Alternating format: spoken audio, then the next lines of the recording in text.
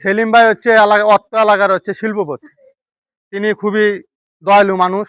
এর আগে অনেকবার দান খয়রাত করছে মানুষের ভিতরে। আজকেও আপনাদের দান খয়রাত করার জন্য আপনাদের উদ্দেশ্যে আপনাদের এখানে একত্রিত করেছে। আপনারা কেউ হই উল্লাহ করবেন না।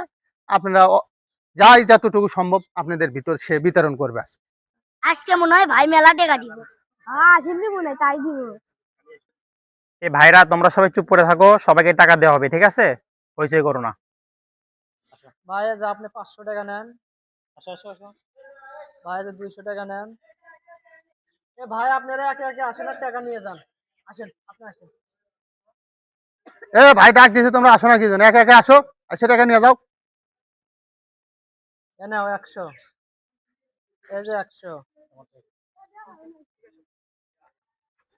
কি ব্যাপার, এরা এত টাকা কই থেকে নিয়ে যায়?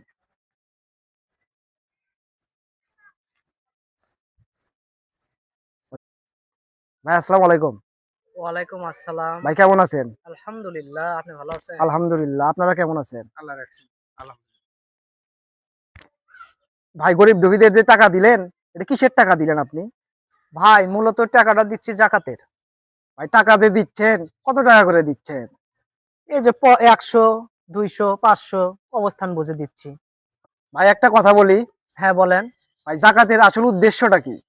এই গরিব দুঃখী মানুষকে দেওয়া, তারা 1-2 দিন খাবে। ভাই এটা আসলে পুরাটাই আমাদের ভুল ধারণা। জাকাতের উদ্দেশ্য হচ্ছে একজনকে দিলেন জাকাত, বেশি টাকা দিলেন, 10-20 জনে না দিয়ে একজনকেই দিলেন। সে ভবিষ্যতে কিছু রুজি রোজগার করে ইনকাম করে সে এক সময় অন্যদের জাকাত দিল। এইভাবে আসলে আমাদের জাকাত দেওয়া উচিত ইনশাআল্লাহ। ইনশাআল্লাহ ভাই ঠিকই বলছেন, বুঝতে পারলাম জিনিসটা। ঠিক আছে ভাই, আল্লাহ হাফেজ। আল্লাহ হাফেজ। অত দাও।